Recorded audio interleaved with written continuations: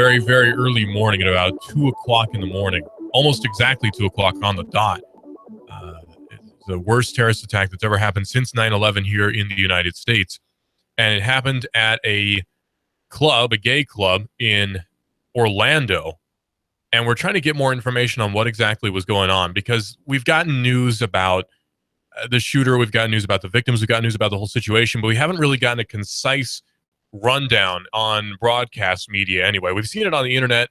All the different news websites have had them, but we've not really seen one on broadcast medium. But we also haven't really had a chance for the local community to chime in either. The number to call in here is 423-800-8949. That's 423-800-8949. The Orlando shooter, according to the state, is Omar Mateen, who is apparently a licensed security guard who also has a firearms license. Now, I'm not sure what they mean by a firearms license, because that could be either an FFL, which is a federal firearms license, which allows you to commercially sell and manufacture firearms, or they could be referring to a CCW, a concealed carry weapons permit, which would allow you to conceal carry a firearm on your person. Florida has pretty lax gun laws, and I'm not going to turn this into a statement about gun laws, because that's a cheap thing to do. A lot of people are doing that. I think that's cheap on the heels of a tragedy like this, to turn it political. I mean, it is political in a sense, but making it an argument about gun rights suddenly out of something like this seems cheap. We can do that later, but the day after, I mean, come on. But apparently the person, Omar Mateen, the shooter, the terrorist, worked for a British multinational security services company, according to the information that's been aggregated by ZeroHedge.com. The U.S. headquarters was located in Jupiter, Florida, which happens to be the world's largest security company by revenue. So that's the company which Omar Mateen apparently worked for. Shortly thereafter, G4S confirms that Omar Mateen worked for the company since 2007. And the company actually did come out with a statement saying the general stuff, saying we're cooperating fully with law enforcement. We can confirm that Omar Mateen had been employed with G4S since September 2007, September the 10th, actually, 2007. And they say our thoughts and prayers with all the victims, families of people affected. The standard statement that you would get out of a company which employee act like this. You always get a statement like that from a company such as that one. But something that's interesting, too, is that the FBI is confirming that Omar Mateen was on their radar since 2013. Now, being on the FBI radar, per se, doesn't really mean much, because there are a lot of people who are on the FBI radar. Right? Like, you probably know someone who's on the FBI radar. You just don't know about it. I'm probably on the FBI radar. Lots of people on the FBI radar. So that in and of itself doesn't mean much. But the circumstances do. He was on the radar since 2013, and they had apparently opened up 3 separate investigations against him as well. So that's a whole nother can of worms right there. So that's some background on the shooter, Omar Mateen. He appears to be from the Middle East, or at least his parents are from the Middle East. In fact, his father came out with a statement. His father, Sadiq Mateen, came out with a message in a video that CBS was reporting on a little bit earlier. And he says, God will punish those involved in homosexuality, saying that it's not an issue that humans should deal with. This is a statement he's made in the past. Now, keep in mind, too, by the way, this is all happening during Ramadan, which is obviously to those of the Muslim faith. Ramadan is a very serious month where they're supposed to fast for the month. I'm not sure how strict that is. I'm not a scholar in Islamic studies. You're welcome to call in and correct me on what exactly happens on Ramadan, because I'm Presbyterian. We have our ceremonies, but they're not quite that involved. Again, the number to call in is 423-800-8949. That's 423-800-8949 if you want to call in. The Orlando gay club gunman's father, according to CBS, has well-known anti-American views and is an ideological supporter of the Afghan Taliban. Now, that's pretty significant. A new message posted by the father on Facebook early Monday morning also makes it clear that he could have passed anti-homosexual views on to his son. Sadiq Mir Mateen, the father of the Orlando gunman Omar Mateen, who died in a shootout with the police after killing at least 49 people, now that's up to 50, early Sunday morning, regularly attended Friday prayers at a Florida mosque with his son. Now, that's standard stuff for being a Muslim. Obviously, you're going to attend Muslim prayer services at a mosque. If you're a Muslim, that makes sense. But the Taliban part is a little bit out of the ordinary.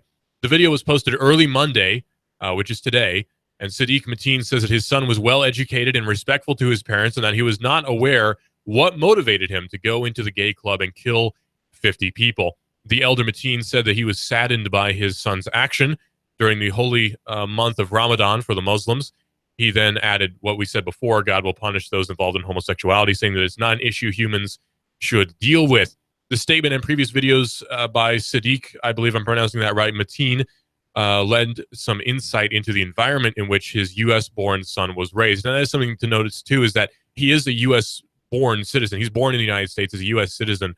His father was apparently born, though, in Afghanistan. Apparently, and I'm guessing he moved over probably sometime in the 80s or 90s. Taliban Islamic extremist movement is comprised almost entirely of Pashtuns, and Mateen's show takes a decidedly Pashtun nationalistic pro-Taliban slant, full of anti-U.S. rhetoric and inflammatory language aimed at non-Pashtuns and at Pakistan, according to a source. The name of this show is called the Durand Line, which apparently his father was involved with. The disputed references the Durand Line, the disputed border between Afghanistan and Pakistan that was established in the 19th century by Britain. It's long been at the heart of a deep-seated mistrust between the Afghans and the Pakistanis. This is where their shared border comes from. There's a lot of cultural unrest going on between the Pakistanis and the Afghanis. There's a lot of ideological differences. There are a lot of alignment differences too. So there's some deep-seated differences going on just there. But again, this doesn't help to explain why Omar Mateen goes to a gay club, and I'm not calling it that to be derogatory, goes to a gay club called Pulse to fire upon civilians. That doesn't really, this background doesn't really lend itself, because there are a lot of people who are very anti-homosexual, either violently or just ideologically, and they don't go shooting people. Lots of people exist who are very, you might use the word homophobic, who don't go shooting people. It's not something that really comes into the mind of most people as, well, I don't like this certain people group, so I'm going to go kill them. That's not something that happens for most people. So what led up to this act of violence? That's not really been answered yet. And it may never be, because, again, this is a brand new story. In terms of the news cycle, you have to understand, this is still a fresh story. The FBI is still investigating. We're not going to get new information for months. I mean, we're still going to be getting, I should say, new information months from now. Keep in mind, too, you may have heard that there was a 911 call which Omar made while inside the club, where he pledged allegiance to ISIS. Now, we haven't heard that yet. That's not been released yet from the 911 tapes, at least as far as we know. It could be released in the next 3 seconds, and we won't be able to get the tape in time, but you get what I'm saying.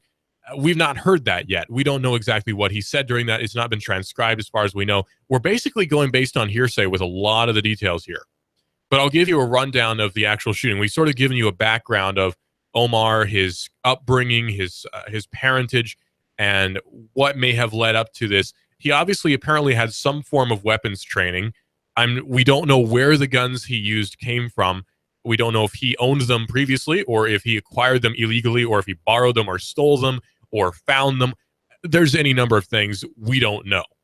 There's a lot of stuff, because, again, this is a brand new story. In terms of a news cycle, the day after is still very fresh. There's still information coming out. There's still people still in the hospital from this shooting, this act of terrorism. But we'll give you a rundown. The actual beginning of the shooting appears to have been at about 2 o'clock a.m., almost 2 a.m. on the dot, where shots were fired at the nightclub.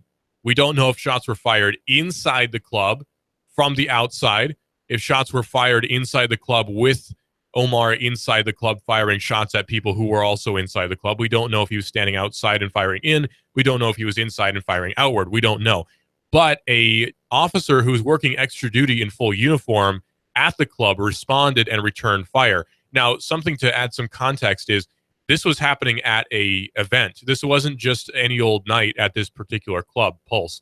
This wasn't just any old night. This was an actual special event. Latin Flavor was the name of it. And 320 people were reportedly there.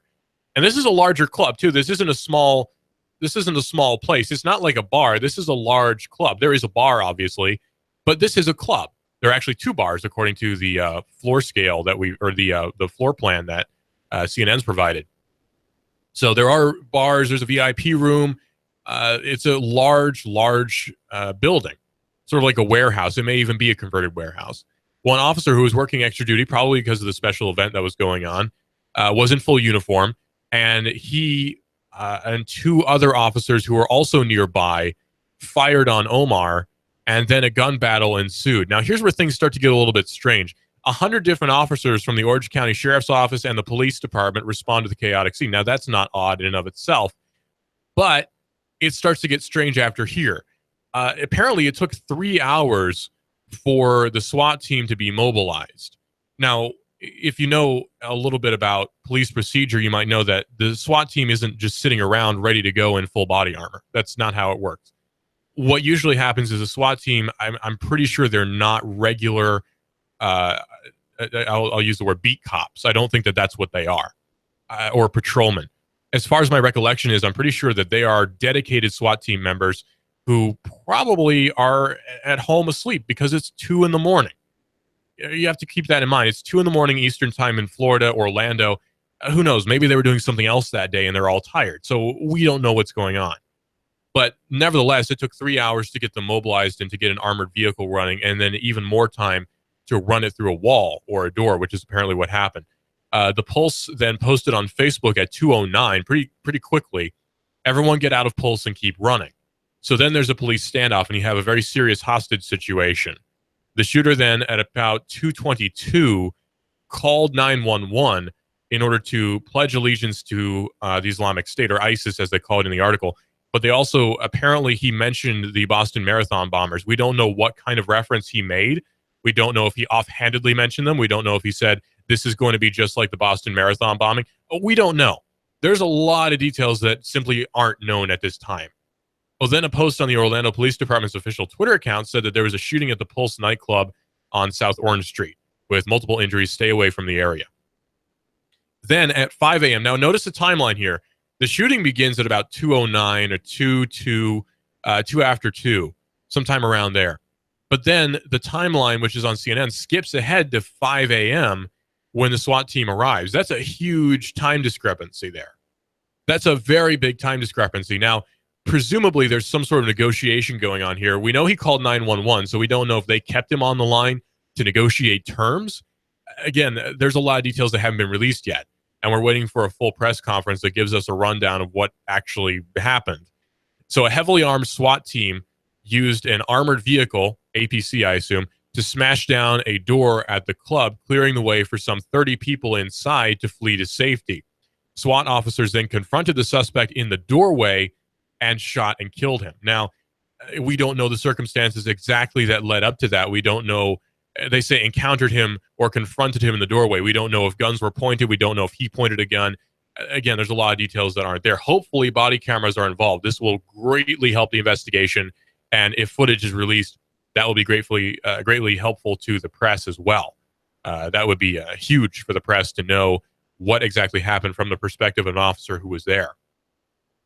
Then the Orlando police posted on Twitter that there was a controlled explosion by law enforcement. Now, this doesn't mean exactly that Omar Mateen had an explosive device on him, because if there was a device or something that appeared to be a device as a scare tactic on him, they'll detonate it with a small charge nonetheless to dispose of it, I should say. So we don't know exactly what the circumstances, again, for that are either. But apparently it had been reported that there was some form of device that he had. The word that we got was, in the early stages, was he had a AR-15, a handgun, and some form of explosive device. As far as I know, it's not been confirmed that he actually did have an explosive device. I've seen mention of that. I've not seen any kind of picture of it, any kind of description of it, just word that, yes, he had an explosive device, but I've not seen that actually confirmed by the police or by the sheriff's office or by the FBI or the Department of Homeland Security or even the mayor's office at this time. I've not gotten any information about that so far. Authorities did identify him, though, at 10:15 a.m. our time as Omar Sadiqui Mateen, who's 29, from Fort Pierce, Florida. The Orlando mayor then updated the death toll to 50, with 53 others wounded, confirming that it was the largest terrorist attack since 9/11. So that's what we're dealing with now. And that's the situation that we have to deal with now as both press and as regular bystanders, because this is a very confusing topic. This is a very confusing situation to try to parse, because we're talking about a protracted situation where you have a guy in a club, probably with the lights still going, with the music still thumping. We don't know. That's a very possible situation, very confusing situation. Now, there have been interviews with people who were in the building, and one I want to call your attention to because it's kind of interesting. I don't want to get too fringe, but this is something that I thought was kind of interesting that was talked about on Fox and on a local station in Orlando. I think it was a CBS station, actually, coincidentally enough, because we are also a CBS affiliated station, although we're not owned by any large conglomerate. Something that was interesting that happened was the press was talking on TV. Some TV news reporters were talking to a gentleman who was speaking about the event, and he was standing outside the club, and he mentioned that he saw someone holding a door shut. Now, that's very interesting that someone would be holding a door shut to the club from the outside, presumably with people trying to get out. Why would anyone do that? Why would anyone in their right mind hold the door shut while there are people stuck inside with a crazed gunman? It doesn't seem logical. But then again, people don't act logically in these situations. People become extremely instinctual, and people really become, and I hate to use the word, but people become kind of selfish, because in a situation like this, you are very much thinking of your own safety. Everyone else be damned, essentially. And that's not to say that that speaks anything of your character. That's just what people do. So I don't want to condemn the person in this audio clip that I'm about to play, but it is still shedding some interesting light on the situation that happened. Again, the man mentioned that somebody was holding the door shut at this club from the outside, and for some reason he was quickly cut off. I don't know if he was cut off or the call dropped or what, because if he's on his cell phone, obviously there's a lot of interference that could go on there. There's a lot that could happen in terms of just a call being dropped because of traffic, right? Because there's way too much traffic on the lines. So that's something that could definitely happen if he's on his cell phone. I don't want to jump to conclusions and say that he was cut off by the news media for saying that someone was holding the door shut. Again, we don't know. There's also been word, by the way, that there was more than one person involved in this shooting, too. Eyewitnesses said that there were two shooters, and the FBI says that there's only one, but it may turn out that there was another, and he was killed by the gunman or by police. We don't know. Again, so I want to play you this audio clip. This is of someone who was in the club, who's a victim. He survived, talking with Megyn Kelly on Fox News. And he mentions earlier in the interview that he actually ran out and held the door shut to the club to try to keep the gunman in. Again, kind of odd action, but I want to play the sound clip of what he says immediately after that. So I'll play that now. This is a victim, well, not a victim in the sense of mentally, but he was not injured as far as I know in this shooting. And again, this happened yesterday at about 2 o'clock in the morning. We don't know the timeline of exactly when this audio clip took place, but here it is. Just a question for you. When you were holding the doors shut so that the shooter could not get out, but was there any concern that you might be keeping people fleeing the shooter from getting out there? No, yeah. I was on my mind. There was banging, there was pushing of the door. I was on my mind. But at that point in time, I just tried doing what I thought would be best at that moment, because it was getting louder and getting closer. And I looked to my left, there was a good 20 people piling on top of each other, trying to exit out a small closet-looking door to the parking lot. And I prayed that it was nobody trying to escape. And if they did, if they hid, if they got stuck, and you don't know what to do until that happens. And I just thought I was doing the right thing. So that's an audio clip of someone who was actually in the club who managed to escape, but he ran out into the parking lot area, turned around and closed the door behind him, potentially trapping several people, over 100 possibly people inside the club with the gunman. Why he did this, we don't know. What were his motivations, if any? Was he just acting purely instinctually? We don't know. But this is one thing that is rather odd. And somebody did mention it on television news shortly after this occurred and was quickly cut off somehow. We don't know if cut off is the right word or if a glitch happened is the right way to put it, but something happened that disconnected him from the reporters when he was talking about it initially. So very interesting. We're going to continue our analysis of this in just a few seconds here on Hot News Talk Radio, AM 1240. This is Hot 1240, Hot News Talk Radio, AM 1240, Hot News Talk Radio. Get us on YouTube. Go to Facebook. You can also get us on the TuneIn Radio app for your smartphone. That's TuneIn Radio on your smartphone.